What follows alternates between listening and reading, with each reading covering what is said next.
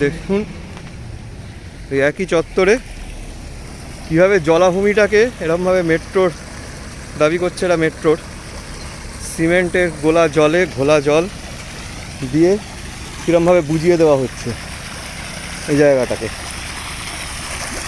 কি ভয়ানক অবস্থা, একটা জলাভূমি কীরকমভাবে নষ্ট হচ্ছে।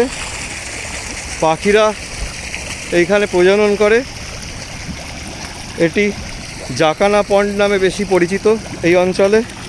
এইখানে এইভাবে গাড়ি করে সিমেন্ট ঘোলা জল ফেলা হচ্ছে। এই ভদ্রলোক গাড়ি নিয়ে এসছেন, গাড়ির নাম্বার একটা দেখালাম, আরেকটাও এই গাড়ি, তার আমার নাম্বারও ঢাকা ছিল। এই যে